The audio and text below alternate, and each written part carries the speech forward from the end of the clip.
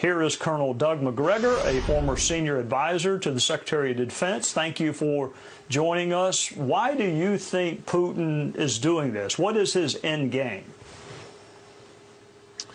Well, Vladimir Putin is carrying through on something that he's been warning us about, at least for the last 15 years, which is that he will not tolerate U.S. forces or their missiles on his borders, much as we would not tolerate Russian troops and missiles in Cuba.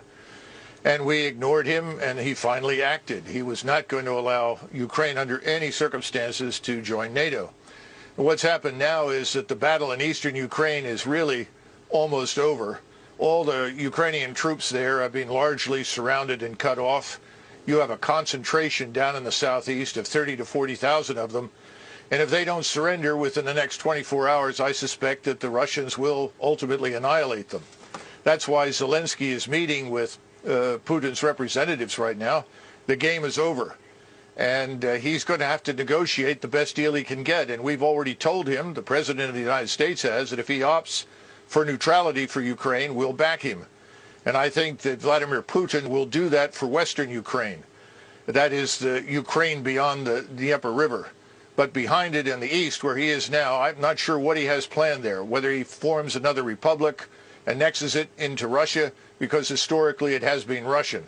But the territory west of Ukraine is not. He knows that, and he's happy to live with that as a neutral state. I am not a military expert. I'm not even an expert on geography. But if he takes Ukraine and Ukraine abuts Poland, then he's going to have a NATO country abutting him. So if that's what he doesn't want, then isn't he going to just have to keep going until he runs out of NATO countries? I guess I should say it again. He has no interest in crossing the Dnieper and heading west to the Polish border. I think you're going to find from these negotiations he's quite willing to neutralize that territory on the Austrian or the Finnish model. Right now, Russia already touches Estonia and part of Latvia. White Russia, of course, touches Lithuania.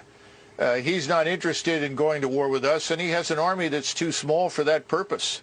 And he knows it. His economy is smaller than that of South Korea's. So this is not something that he's looking for.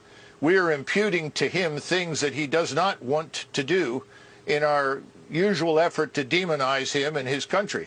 We need to remember that Ukraine is fourth from the bottom of 158 countries in the world as corrupt. Russia is perhaps 3 or 4 places above them. This is not the liberal democracy, the shining example that everyone says it is. Far from it. Mr. Zelensky has jailed journalists and his political opposition. I think we need to stay out of it. The American people think we should stay out of it. The Europeans think we should stay out of it. And we should stop shipping weapons and encouraging Ukrainians to die in what is a hopeless endeavor. So when you say stay out of it, you mean no sanctions, no military aid, just let Russia take the portion of Ukraine they want to take? Yes, absolutely. I see no reason why we should fight with the Russians over something that they have been talking about for years. We simply chose to ignore it. And more important, the population there is indistinguishable from their own. You know, the thing that's so disturbing is that on the one hand, we will not send our forces to fight, but we are urging Ukrainians to die pointlessly in a fight they can't win.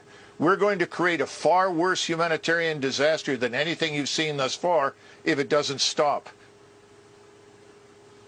Thank you for joining us.